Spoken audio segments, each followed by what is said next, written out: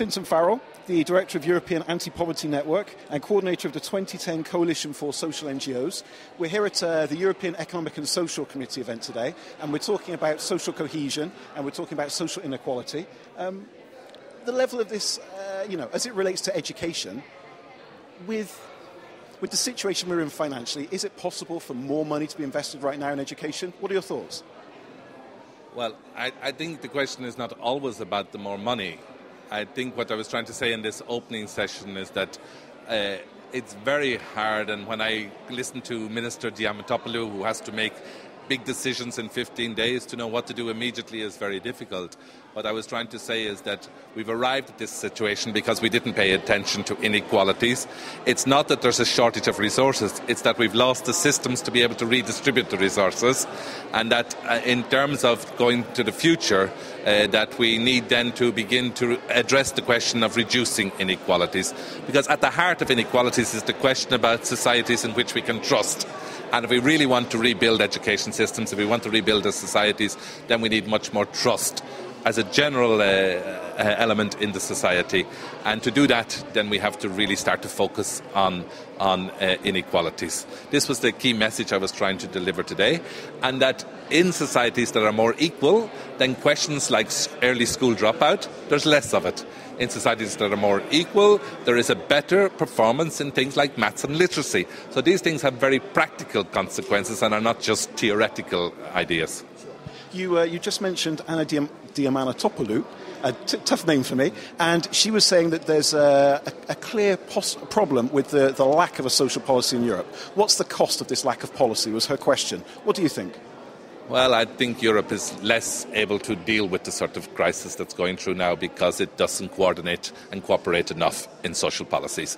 And quite frankly, over the last 5 years, or maybe even longer, there has been more competition on social policies between Europe rather than cooperation.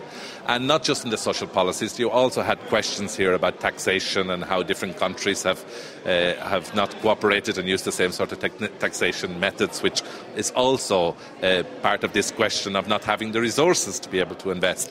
So I think we had quotes today from the governor of the American Federal Reserve from 1944.